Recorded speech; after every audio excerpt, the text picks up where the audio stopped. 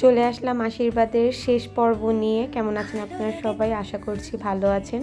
শেষ পর্বে আর কি রয়েছে এঙ্গেজমেন্ট, নাচ গান, আরও কী থাকছে দেখতে হলে ব্লগটি শেষ পর্যন্ত দেখতে হবে।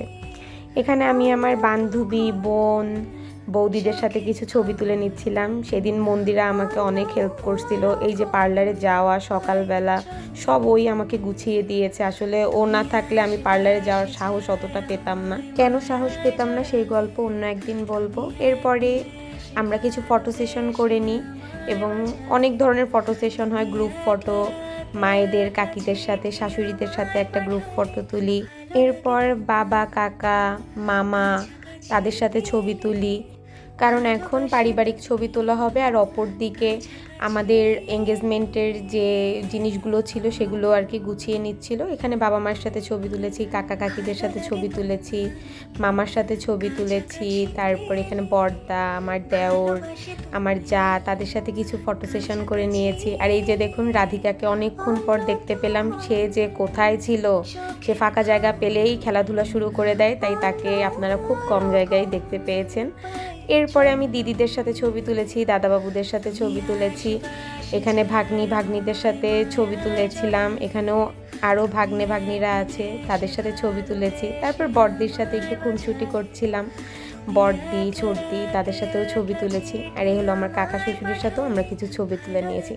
এই তো এখন এঙ্গেজমেন্ট শুরু হবে। আর এখানে কিছু নাচ গানও ছিল, সেই পরিবেশনায় আপনারা দেখবেন, সেখানে ভয়েস না দিই। আর এখানে হলো আমাদের বিয়ের কথাবার্তা চলতেছিল, বিয়ের ডেট কবে, লগ্ন কখন, এসব নিয়েই আলোচনা চলছিল। আমি আমার আশীর্বাদের পরই বিয়ের ডেট পাই। বলা যায় 1 মাসের মধ্যেই আমি আমার বিয়ের সকল অ্যারেঞ্জমেন্ট করি। আর এখন থাকছে বিশেষ আয়োজন।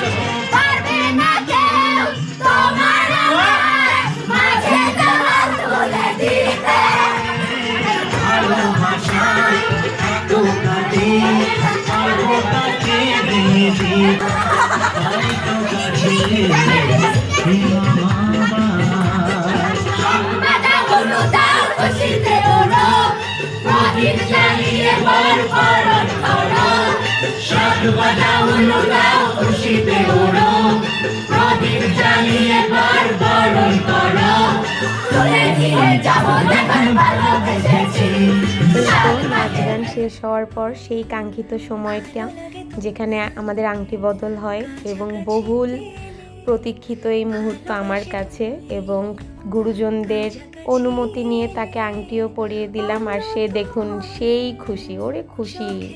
এরপরে আমার মা ওকে আংটি দিচ্ছিল আমাকে পরিয়ে দেওয়ার জন্য। আর দেখুন আমি হাত বাড়িয়ে দিলাম, হাত চাইওনি তাও বাড়িয়ে দিলাম যে তাড়াতাড়ি পরাও, আমি অনেক দিন ধরে অপেক্ষা করতেছিলাম, আর আমাকে অপেক্ষা করায়ও না। এরপর সেও আমাকে আংটি পরিয়ে দেয় এবং এই আংটি পরানোর মাধ্যমেই আমাদের এঙ্গেজমেন্টের প্রোগ্রামটা শেষ হলো। এরপরে থাকবে কেক কাটিং। আর এই যে কেকটা দেখতে পাচ্ছেন, সুন্দর কেকটা মারিয়া মিম আমাকে গিফট করেছিল আশীর্বাদ উপলক্ষে। এই যে ফুলের বুকে আর এই কেকটা ওই আমাকে আমাদের আশীর্বাদে উপহার দিয়েছিল। আর এখানে ভাই বোনদের সাথে কেক কেটে নিলাম। আর সেই দিনের কেকটা না অনেক মজা ছিল, কিন্তু আমি অল্প একটু টেস্ট করেছিলাম, তারপর আউটডোর শ্যুটে চলে যাওয়া লাগছে, তাই বেশি একটা টেস্ট করতে পারিনি, বাট কেকটা অনেক মজা ছিল। কেক কাটার পরে আমরা সবাই ফটো সেশন করে নিচ্ছিলাম, তারপর আবার একটু কেক কেটে নিলাম। এরপরে একটু স্যাড মোমেন্ট, মানে এখানে আর কি মা একটু ইমোশনাল হয়ে গেছিলো, আমিও ইমোশনাল হয়ে পড়েছিলাম। কাকি, মা, ঠাম্মি সবাই কান্নাকাটি করতেছিল, তাদের কান্না থামাচ্ছিলাম। আমি নিজেকে অনেক শক্ত করে রাখছিলাম। আসলে বাবা মা কাকা কাকিদের কান্নাকাটি দেখলে না নিজেকে সামলায় রাখা যায় না, সেখানেও মানে কান্না চলে আসে, তাও আমি অনেক শক্ত ছিলাম। এরপরে আমাদের খাওয়া দাওয়ার পর্ব শুরু হয়। আমরা যেহেতু জাফরানে প্রোগ্রামটা করেছি, টপ ফ্লোরে আমাদের আশীর্বাদ অনুষ্ঠানটা হয়, আর তার নিচের ফ্লোরে আমাদের খাওয়া দাওয়ার অ্যারেঞ্জমেন্ট হয়। এখানে সবাই বসে পড়েছিল আর খাবারের অপেক্ষাই ছিল। অলরেডি খাবার সার্ভ হওয়াও শুরু হয়ে গিয়েছে। একদিকে এখানে যারা আছে একটা টেবিলে আমরা বসে পড়েছি, এখানেও অনেকেই আমার ছিল, শ্বশুরবাড়ির লোকজন, বাবার বাড়ির লোকজন, তাদেরকে খাবার সার্ভ করতেছিলাম। আস্তে আস্তে প্রতিটা টেবিলেই খাবার চলে যায় এবং সবাই খাওয়া দাওয়াও শুরু করে দেয়। এই তো খাওয়া দাওয়ার পর্ব শেষ করেই আর কি আমার আশীর্বাদের যে মূল প্রোগ্রাম এখানেই শেষ হলো। আপনারা সবাই আশীর্বাদ করবেন আমাদের জন্য। বিয়ের আরও ব্লগ দেখতে হলে আমার পেজে অলওয়েজ অ্যাক্টিভ থাকবেন। সবাইকে টাটা।